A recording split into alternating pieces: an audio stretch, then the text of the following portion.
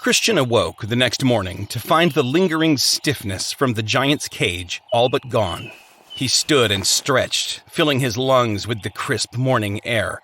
A few feet away, Hopeful was yet sleeping by the glowing embers of their fire, hugging his thin blankets in a way that reminded Christian of his young son, Joseph. I'll let him sleep, Christian thought. He needs it. While the time in the dungeon had been more of a test for Christian in the moment, Hopeful seemed more shaken by the battle with the giant.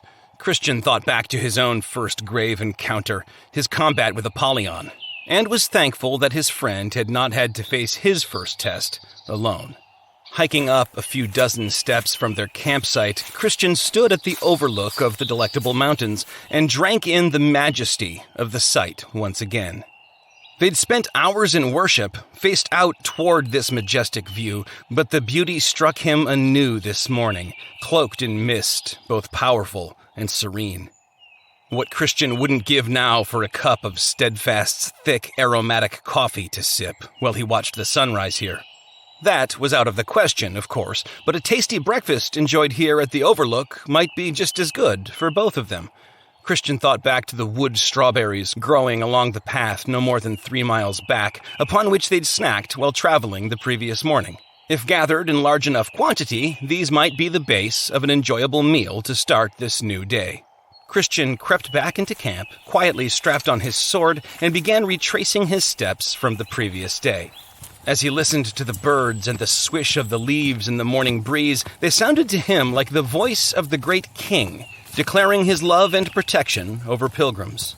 He'd been walking about 15 minutes when he noticed a peculiar rock formation just where a little well-trodden path came snaking in from the north, and a sudden sense of alarm gripped the pilgrim. He reached for his sword, but the sound of a dagger being drawn behind him and the prick of its point against his spine, just above the stiff fabric of his embroidered coat, froze him in his tracks. "Well done, bandit," Christian said. "I didn't even hear you approach." "I'm as quick as I am stealthy, so don't even think of pulling that sword," the thief said, pushing the tip of his blade into the pilgrim's neck just enough to coax out a drop of blood, which Christian felt trickle down and pool against his collar. "I've already admitted you got the drop on me." "And we've got you outnumbered too," said a thick-necked brawler of a man appearing from behind a bush, alongside another, as willowy as his companion was stout. The burly man wielded a club, which he swished back and forth menacingly as he approached. The other held only a cloth bag. He too advanced, although his sunken eyes projected fear, and he seemed to somehow shrink back more with every forward step. "Let me guess," Christian said. "Deep doubt and faint heart." The two stopped in their tracks. "And I presume that's guilt skulking behind me like a coward." Faintheart took a staggering step back, glancing uneasily at his club-wielding brother, who also seemed thrown, uncertainty diluting his former swagger. Christian smirked. "Oh, it frightens you that I know your names? I know more than that. I have heard tales of this place. Dead Man's Lane. I've heard of the ruthlessness of you 3 brothers, and your cowardice." He squeezed the hilt of his sword. "Perhaps you should run along now. As it is, you've ventured up to the King's Highway. This is not a safe place for you, as you must know." "We will be gone just as soon as you hand over your valuables," Deep Doubt snarled. "Yes," Guilt said behind him. "Give us your treasure." Christian scoffed at this. "I do have on my person, and in my person, greater treasure than you 3 hooligans could ever imagine. But because of your carnal, wicked bent, you would not recognize its value if it bashed you in the nose." In one fluid motion, Christian pulled his sword, spun, and knocked the dagger from the robber's hand. Before he could lay a blow upon him, though, Deep Doubt came charging up behind him and ran face first into a blow from the pilgrim's elbow. He grunted, choking on his own blood and teetering like a tree about to fall. Faintheart lunged as well, tentatively, and Christian simply rolled to the ground and watched him collide with Deep Doubt, both of them bouncing away like billiard balls. As he came back to his feet, Christian used his momentum to slam the crossguard of his sword into Guilt's nose, propelling him to the earth as well. While the 3 brothers collected themselves, Christian removed the shield from his back and buckled it down to his arm. Naturally, I meant to do that last bit earlier, right after I said the thing about my treasure bashing you in the... Oh, never mind. Have you common thieves had enough? The three had regrouped now and rushed the pilgrim again, this time as one. Christian ran to meet them, slamming his shield into Guilt's chin and dodging a blow from Deep Doubt's club. Pivoting on his heel, he rushed at Faintheart, wrapping his left arm around the man's concave chest and lifting him off his feet. 3 steps later, he rammed the villain into the wide trunk of a tree. Immediately, the pilgrim turned and swung his sword, deflecting a blow from Deep Doubt's club and then blasting him to the ground with a savage, stomping kick. You 3 presumptuous fools have not caught this pilgrim asleep or wandering the woods unarmed. Take a moment to count the cost and cut your losses, or face death at my blade. The 3 of them rose again, slower this time. They silently conferred, seemingly considering this out. Then Deep Doubt scooped up a heavy rock and heaved it at the pilgrim, catching him in the helmet just above his eyes. Christian reeled, and that's when Faintheart came rushing in from the side, tackling Christian around the legs and bringing him down. Christian tried to stand, but a boot to the head spun his helmet, covering his eyes. Another kick to his side put him flat on his back. Then he felt hands yanking up on his breastplate, and more hands reaching in beneath it, searching for his pockets. Then 5 cold fingers directly upon his heart, and a gripping fear, far colder than ice, filled his chest. Out of the corner of one eye, he could see Deep Doubt's massive legs planted beside him. For a moment, Christian was inclined to play possum and let them take what they would and leave him be. Then he remembered the frantic day he'd spent without his scroll, and the fear melted away. Reaching out to where his sword had fallen, he grasped the hilt and swung it toward the burly man's calf, intending to hamstring him, but the blade came up harder yet and severed Deep Doubt's leg below the knee. Rolling to his feet, Christian righted his helmet and with a wide swing of his shield dealt a crushing blow to Guilt's cheekbone, connecting so hard that the bandit's head and feet switched places for a moment before gravity jerked him ruthlessly back to the earth with a crunch. Deep Doubt was cursing and grunting as he tied off his left thigh. Only Faintheart stood among his brothers now, a stiletto blade clenched in his thin, veiny fist. He trembled, staring at Christian like a hart before the hunter. Christian looked from the thief's thin blade to his own blood-streaked sword. "Mine's bigger," he said, "and I have won the day. Go back over the wall to your damned land and lug this trash with you." Faintheart dropped the weapon and began to draw in a deep breath. Christian strode quickly to him and pushed the edge of his blade against his enemy's sunken cheek. "I see you preparing to call for your master, but would you be able to do so without your tongue?" Faintheart shook his head stiffly and set about helping Deep Doubt to his remaining foot. Guilt rose on his own, but staggered in a crooked line as the 3 strong-armed thieves slowly made their way back toward Beelzebub's land. When they'd gone, Christian fell to his knees and thanked the king for his love and protection.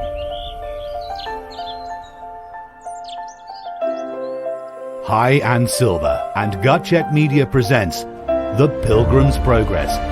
From this world to that which is to come. John Bunyan's timeless Christian allegory, as told by Zachary Bartels.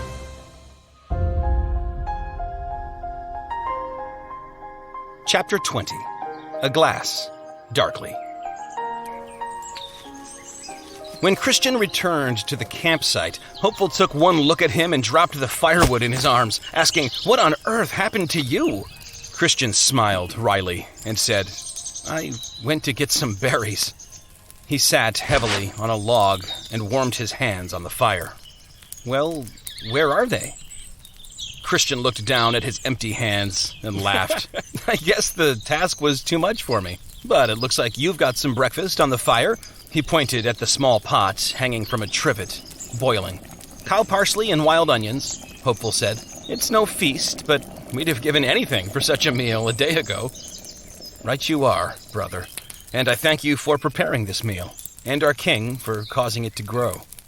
They ate slowly, savoring what little nutrition there was to be gleaned, and both men were still hungry when the pot was empty, a hollow ache yet unsated from their days in the dungeon despair. Still, after dousing the fire and packing up their few belongings, they set off toward the Delectable Mountains with a spring in their step. They walked quietly for some time, drinking in the beauty of the mountains ahead. Then Hopeful broke the silence. "So, are you going to tell me what really happened this morning, or leave me to imagine it?" Christian considered this for a moment. "If you must know, I'll tell you, but let me begin by telling you a story. I'd rather hear one of your songs than one of your stories. Well, I haven't had time to set this one to music yet, but it's a tale that was told me by a great teacher in the study of the Palace Beautiful. It's about a pilgrim named Little Faith, of the town Sincere, a good man, but not so stout-hearted. The thing was this. One night, Little Faith bedded down, all alone, right where a winding road comes in from Broadway Gate to merge onto the narrow way on the left-hand side. The road is called Dead Man's Lane, both because of a rock formation there, which looks like a skull and crossbones, and because of the many murders that have been committed at this place. "A rocky skull," Hopeful said. "Did this Little Faith not see such a glaring omen?" "No, just as you and I did not notice when we passed it yesterday. Only this morning, as I walked back toward the City of Destruction, was it clear to me. But back to Little Faith. While he slept, the poor pilgrim was set upon by 3 sturdy rogues, faint heart, deep doubt, and guilt. These 3 brothers threatened poor Little Faith, beat him, and made off with one of his purses, containing most of his spending money." "What of his scroll?" Hopeful asked. "His scroll they did not see," Christian said, "nor his second purse, which contained his jewels, although this was by no cunning of his own. Rather, by God's good providence, the pilgrim had landed upon these things when he fell, and thinking they might have heard one Mr. Greatgrace coming their way, the thieves fled back to their lair beyond the wall. Well, he must have been thankful for that mercy." "You'd think so," said Christian. "For in addition to his scroll and his jewels, he had a little odd money left as well, but he was not wise about how he spent it, and before long, Little Faith was reduced to begging until his journey's end." "Still, though," Hopeful said, "it must have been a continual comfort to him that they missed his jewels and his certificate." "Aye, it might have been, had he used them as he should, but because of his great dismay at losing his purse, he hid them away and practically forgot about them. And the few times he sought their comfort, they only reminded him of his loss, and these bitter thoughts would swallow up all." Hopeful shook his head. "Poor heart. That's a lot of grief to bear." "For certain, as it would be for any of us, had we been robbed and wounded in such a frightful place in the dead of night. It's a wonder he did not die with grief, and for the rest of the way he issued nothing but doleful and bitter complaints, telling anyone he encountered all about his troubles and only about his troubles, where he was robbed and how and by whom, showing them his scars and recounting his wounds." "Yet he was not reduced to selling some of his jewels?" "Selling his jewels?" Christian gaped for a moment before grabbing Hopeful's head and pulling it near to examine his scalp. "What are you doing?" Hopeful complained, pulling away. "I was just looking to see if some of your shell was still on your head," he laughed. "Sell his jewels? For what could he pawn them? Or to whom could he sell them? For if he did, he would have been turned away at the Celestial Gate, which is worse than the villainy of 10,000 thieves." "Why so contrary, brother? I seem to remember that Esau sold his birthright for a bowl of red stew, and that birthright was his greatest jewel. If he could do it, why couldn't Little Faith?" "You are right about Esau, and many others besides, who have excluded themselves from the heavenly inheritance. But there is a world of difference between these two men. Esau's belly was his god. Not so with Little Faith. Esau was dragged about by his carnal desire for a savory dish, whether of the stew variety or the Hittite woman variety, and he saw no further than the satisfying of those lusts. Not so with our pilgrim. Yes, Little Faith feared he would die at the hands of these 3 brigands, but Esau declared himself at the point of death simply because he was hungry after a strenuous hunt, posing the foolish question, 'What good will this birthright do me in the grave?'" You did not hear the full story, but you should have known the difference between Esau and Little Faith in this. It was Little Faith's lot to have but a little faith, and yet that little faith kept him from trading his birthright and led him to prize his jewels even if he did not sufficiently use them. On the other hand, I defy you to show me in the scriptures where Esau had any faith at all. If he did, he would not have sold his soul. Those whose minds are set upon their lusts will have them, whatever the cost. Little Faith, on the other hand, could never have made such a foolish trade. Will a man give a penny to fill his belly with hay? I think not, and that is your mistake. Hopeful studied one foot and then the other as he walked. I acknowledge it. Still, your severe rebuke almost makes me angry. Severe? Why, I only compared you to some of the brisker sort of birds who will run to and fro in untrodden paths with the shell upon their heads. But get over that and consider the real topic of discussion, and all will be well between us. Hopeful scowled. I still think I'm right. If these three fellows were not, at their core, a company of cowards, why would they turn tail and run at the noise of someone coming up the road? It seems to me that Little Faith ought to have strengthened his heart, plucked up his courage, and put up a fight. Christian thought for a moment and said, "You are correct that there is cowardice at the heart of these thieves, but in the time of trial, it is hard to see. And Little Faith himself had no great heart to speak of. You asked where I was this morning. I was fighting these three brothers myself. And if it had been you whom these cunning outlaws had surrounded so suddenly, I believe you would have a different perspective. When the enemy is out of sight, it's easy enough to boast about our own courage and prowess, but see them closing in on you and you may have second thoughts. Something you should know about these rogues, guilt, faint heart, and deep doubt. They choose their victims at will and keep most of their spoil, but they are employed by another, the lord of the bottomless pit and the king of the dark domain beyond the wall, who has been known to come to their aid if they call for him. When I was engaged, as this Little Faith was, I found it a terrible thing. I determined as a Christian to resist, but they proved themselves worthy adversaries, and I knew that they might call for their master at any moment. Even outfitted as I am with this holy armor, I nearly despaired of hope. No man can tell you what he will do in combat until he has tasted the battle himself. But you said they ran away when they thought this Mr. Great Grace was in the way. True, they have often fled, both they and their master, when Great Grace appears, for he is our king's champion, but there is a great contrast to be seen between Great Grace and Little Faith, or between Great Grace and you or me. All a king's subjects are not his champions, Hopeful.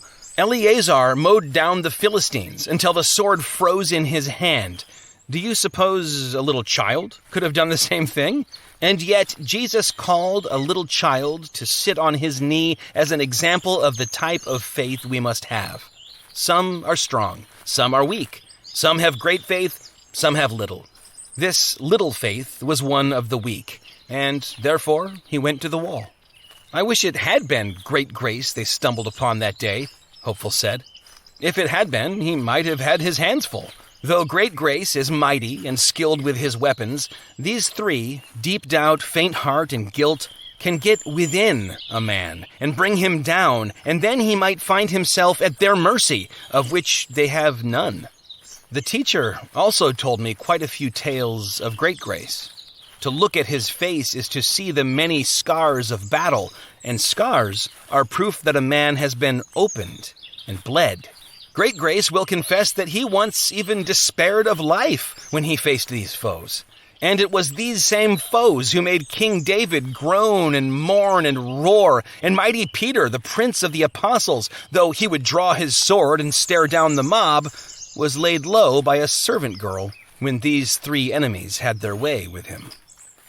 But that's just it, Hopeful said. Had Peter known them for what they were, You're not listening, Hopeful. If their master is about, he will come to their aid. Let footmen like us never desire to meet with such enemies, or boast that we would have done better when we hear that others have met their match. And above all, let us never be tickled with thoughts of our own strength and courage. That was Peter's downfall, and David's, and it will be ours as well, if we follow in their footsteps. Well, how then should we respond? Hopeful asked. And how can we prepare ourselves when we hear of such violent crimes committed on the King's highway? 2 things become a pilgrim in such cases, Christian said. First, we must be sure to take a shield with us. If we lack that, our enemies fear us not at all. Remember, the apostle tells us, above all, take up the shield of faith. And secondly, we should travel in convoy. There are only 2 of us, Hopeful observed. I'd hardly call that a convoy. You are right that we would do better to find a band of pilgrims with whom we might travel more securely, but I mean that we should ask the king himself to go with us. When David was in the valley of the shadow of death, the thought of our God going with him caused him to rejoice. And don't forget the great Moses, who would rather die where he stood than take one step without his God. My brother, if he will go along with us, and he will, we need not be afraid of 10,000 enemy soldiers. But without him, even the greatest warriors fall. Yes, I have faced down Apollyon, and others as well, and I remain, by God's grace, alive. But I cannot boast of my heroism, and I pray that I should meet with no more such adversaries, though I fear that we are still not beyond all danger. They walked again in silence until late afternoon, when they arrived at the Delectable Mountains. As they climbed, they passed through gardens and orchards, vineyards and fountains from which they drank, finding the water to be as cold and refreshing as that from the river of life. Christian, Hopeful said, I still feel the grime and hopelessness of the giant's dungeon clinging to my outer person. Do you think it would be proper for us to bathe here in this fountain? I was just thinking the same thing, Christian said, stripping off his armor and kicking off his boots. These mountains belong to the king of this land, and I am sure that it will be safe to take a moment to let down our guard and be cleansed of any dust or grit from Beelzebub's land. When they'd finished washing, they dried in the sun, got dressed, and once again followed the way up the mountain. As they passed through still more vineyards, they ate the heavenly fruit and found it to be delicious and satisfying. Before they knew it, they had reached the highest ridge, along which they saw nothing but lush green grass and many sheep happily grazing. From here, they could see the other mountaintops as well, equally fertile. As they walked along the ridge, they came upon 3 shepherds standing by the roadside. Taking hold of the opportunity to rest, as well as learn something of this place, they approached these men, leaned upon their staffs, and asked them, Sirs, whose sheep are these? The youngest of the shepherds, who still looked to be older than Christian and Hopeful put together, answered, This is Emmanuel's land, and these are Emmanuel's sheep. They are here because they know his voice when he calls to them, and they know he will lead them into green pastures and beside still waters, and will protect them from wolves, even with his very life. And we, his under-shepherds, are called to emulate him. Is this the way to the celestial city? Hopeful asked. Yes, you are just in the way. How much further? Christian asked. The oldest of the shepherds, his eyes as white as his beard, said, Too far for any but those who shall arrive there. I see. Is the way dangerous? It is safe for those for whom it is safe, but transgressors shall fall therein. Hopeful caught Christian's eye for a moment and half shrugged. He then asked, Is there any relief here for tired pilgrims? Of course, said the other shepherd. His robe was as brightly colored as Joseph's, and his skin as dark as the bark of an oak tree. The Lord of these mountains has charged us to always entertain strangers. He spread out his hands and said, The good of this place is before you, and your perseverance will be rewarded. For few who begin to walk this holy road ever show their face on these mountains. What are your names, sirs? Christian asked. I am Knowledge, said the man in the colorful robe. This is Sober, And the patriarch of our order is called Experience. Just then, a youth came running up, laughing, a shepherd's staff in his hand and a playful lamb on his tail. "And this," the old man Experience said, "is sincere." He reached out both his hands to the pilgrims, and they each took one. These shepherds then brought them into a wide tent where they fed them fresh bread, cheese, and sweet pastries. "And now," said Knowledge, "I invite you to stay a while and become acquainted with us. It is nearly dark now, and this is a safe and comforting place to sleep, here among Experience's many cushions." With only a brief look between them, both pilgrims agreed to stay till the morning. They stayed up well into the night, as each of the 4 shepherds came in turn to converse with them, between shifts of keeping watch and their own sleep. Finally, Christian and Hopeful retired to the corner of the tent, where there was indeed an enormous collection of cushions and pillows. After praying together and bidding each other good night, the 2 pilgrims drifted off into the deepest sleep they'd known in weeks. They awakened the next morning to the smell of strong coffee, which Knowledge offered to them mixed with fresh sheep's milk. The taste was heavenly to both pilgrims and filled them with the energy to set out once more.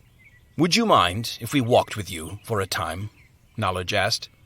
"We would love it," Hopeful answered. Leaving Sincere to watch the flocks, the other 3 shepherds accompanied the pilgrims along the mountaintop road. As they walked, Christian and Hopeful were nearly overwhelmed by the beauty on every side.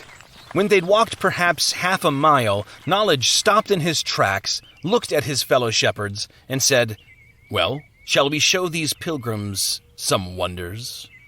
The other 2 agreed, as did Christian and Hopeful, and a short time later they found themselves following these 3 mysterious men up a hill called Error. As they reached the top, the pilgrims drew back from the farthest side, seeing how incredibly high and steep it was. "Yes, be careful," said Sober, "but look down to the bottom and tell me what you see." Reaching over and grabbing his brother's sleeve, Hopeful peered carefully over the edge. "Oh, I see several men," he said. "Or they were once men. Now they are but bones, decaying clothing, and precious metals. Clearly they fell from this peak and were dashed to pieces." "What is the meaning of this?" Christian asked, unable to tear his eyes from this terrible sight. "Have you ever heard of those who hearkened to the teaching of Hymenaeus and Philetus regarding the resurrection of the dead?" They answered, Yes. "These are the shattered people you see below," Knowledge explained. "They remain unburied to this day as an example to others who would come near the brink of this hill. Remember always what you have seen here." "I will never forget," Christian said. Nor I," said Hopeful. "Good. Now, follow me. There are more wonders to show you." As they descended, Christian said to Knowledge, "You remind me, sir, of the interpreter, whose house I visited between the Wicket Gate and the Place of Deliverance." Knowledge smiled. "Ah, you speak of my brother, who once lived with us in these mountains until he was called to minister near the head of the road, rather than to those approaching its end." When they reached the bottom of the hill, they began to ascend an even higher peak, the name of this one being Caution. When they'd climbed about halfway to the top, Sober pointed out toward a distant graveyard and told the pilgrims to look. Christian shielded his eyes against the sun and squinted. "I see some movement among the tombs," he said, "but I cannot tell who it is or what they are doing." "Here." Knowledge held a spyglass out to them. Christian received the instrument and inspected it. "I've never used one of these before. How's it done?" "I have," Hopeful said, snatching it up to his eye and carefully adjusting the focus. "I see men walking among the tombs all right, but they continually stumble and fall." He handed it to Christian, who, mimicking his fellow pilgrim, looked through the smaller lens and said, "They seem to be trying to get out from among the graves, but they cannot. Are they blind?" "They are," said Experience. "Tell me, Did you notice, some miles back, a stile that went over the wall on the left-hand side, just off the way? Yeah, we saw it, Christian said.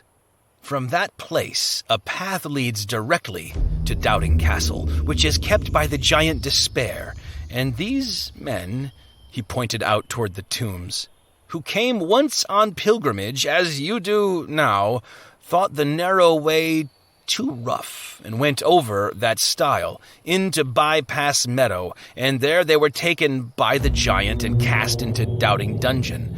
And when that wicked monster grew tired of them, he put out their eyes and cast them among the tombs, where they wander to this day. For it is written, those who wander out of the way of understanding shall remain in the congregation of the dead. Christian and Hopeful dried their eyes and said nothing to the shepherds about their own experience with the giant. As they descended the hill a different way, Sober brought them to a door in the mountain itself. "Open it," he said, "and look inside."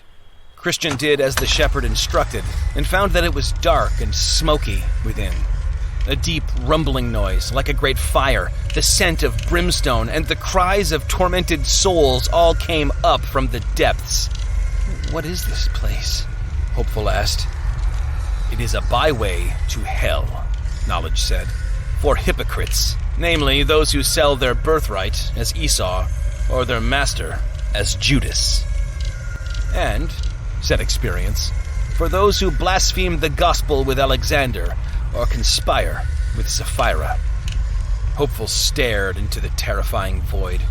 "And yet each of those walked this road as a pilgrim."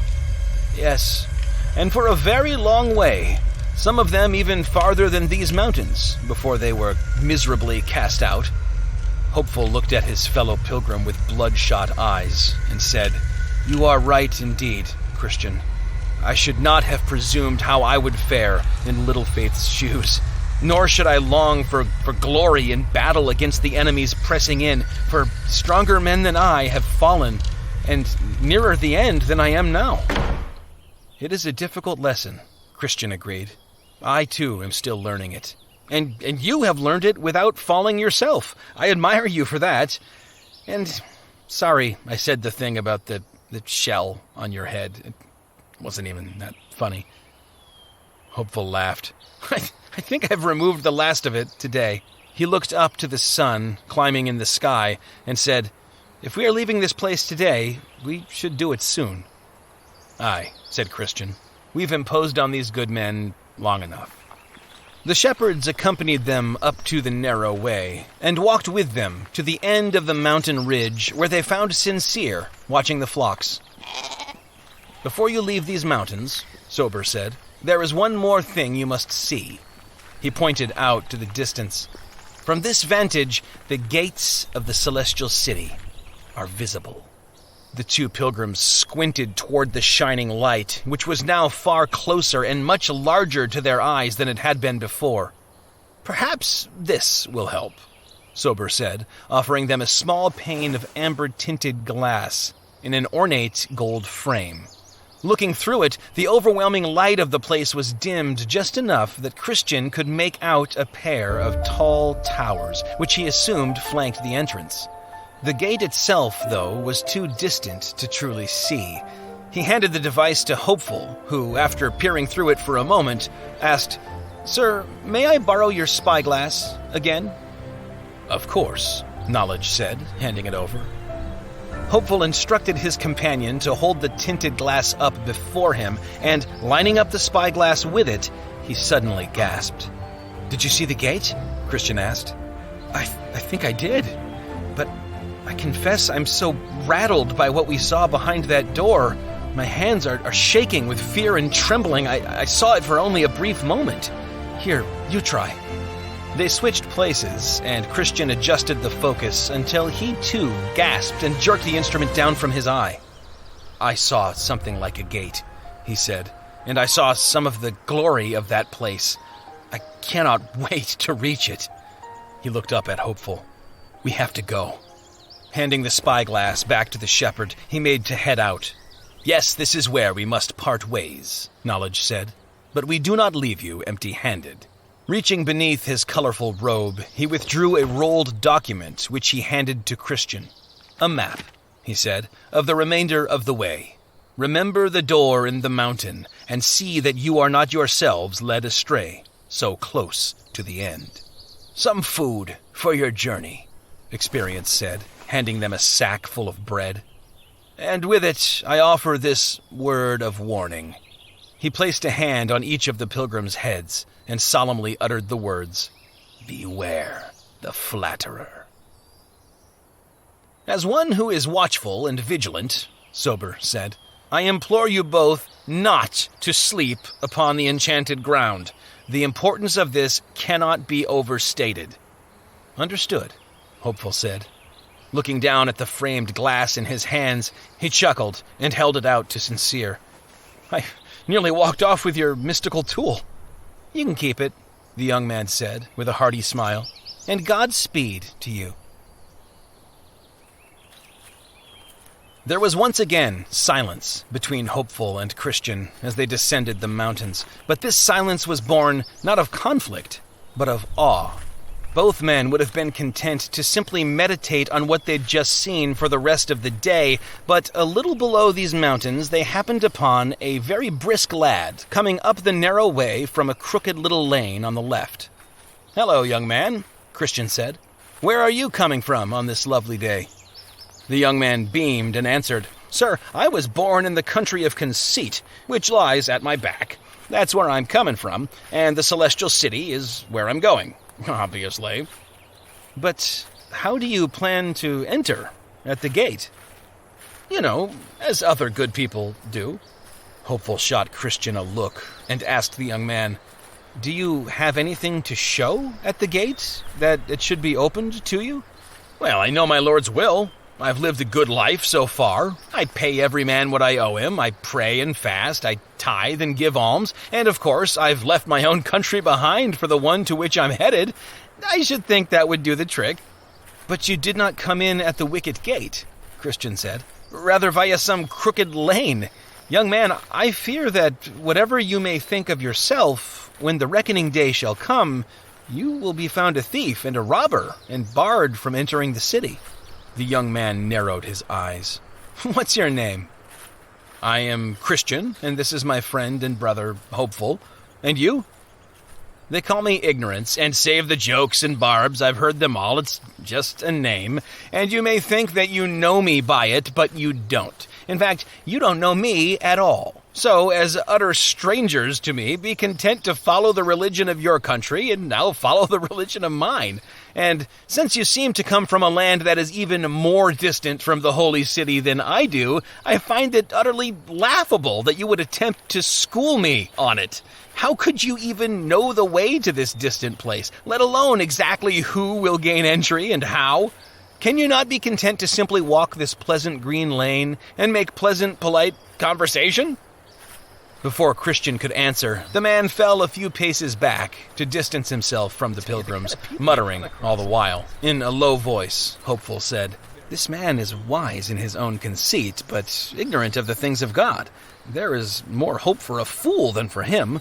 Shall we attempt to talk more with him now, or leave him to think of what we've already said?" "I say we leave the seed of truth planted and see if God might cause it to grow into understanding."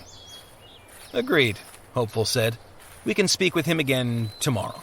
So they went on, and Ignorance followed. The two of them stopped for an early evening meal from the food the shepherds had given them. They determined to give some to Ignorance should he join them, but he remained quite a ways behind. After dinner, they resumed the way, and soon found themselves at a fork in the road. Christian looked down at his feet, right where the road split. "Well, this is new.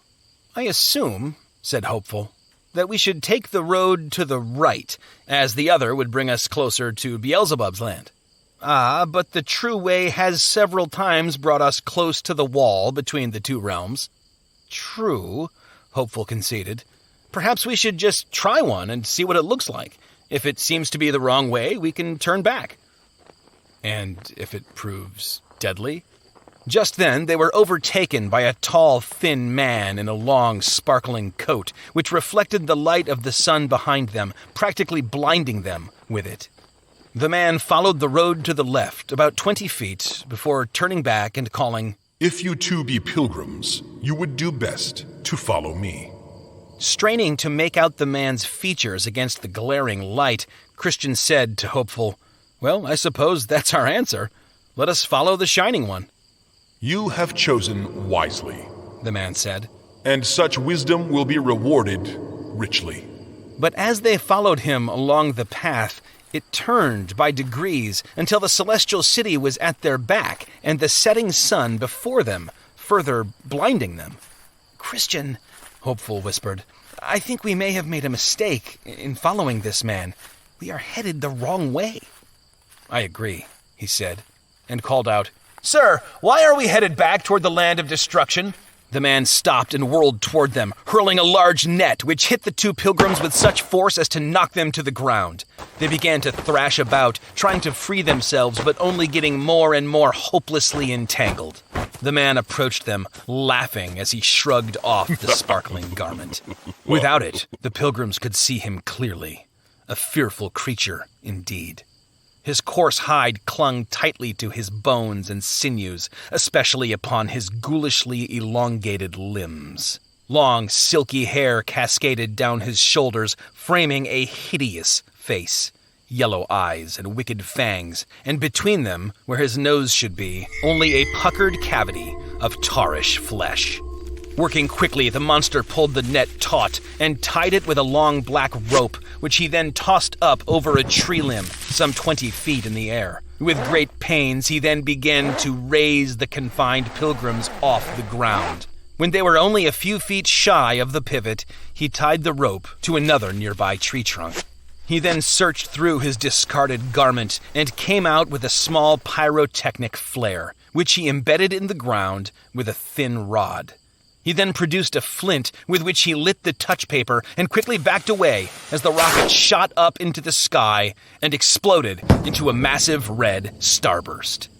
The creature sat down on the earth, his back to them, and looked out toward the wall dividing the land, just visible in the distance. "My Lord Apollyon is on his way," he said, without looking back at the pilgrims. "You've cost him much suffering, and he is eager to see you again." In the distance, Christian saw a plume of black smoke, growing closer by the minute.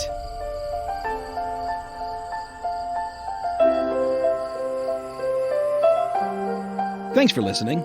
To support this program and for additional content and perks, visit patreon.com/pilgrimsprogress and or take 2 minutes to leave an honest review wherever you get your podcasts. The Pilgrim's Progress, From This World to That Which Is to Come, adapted by Zachary Bartles from John Bunyan's classic manuscript. This text, copyright 2022, Zachary Bartles. This recording, copyright 2023, High and Silver, all rights reserved. Produced by Brad Atchison and Zachary Bartles. Additional sound effects and music licensed from pond5.com and Audio Micro. For more engaging audio fiction, visit www.zacharybartles.com/audio.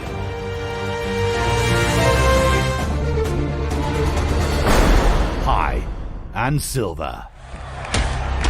Gut!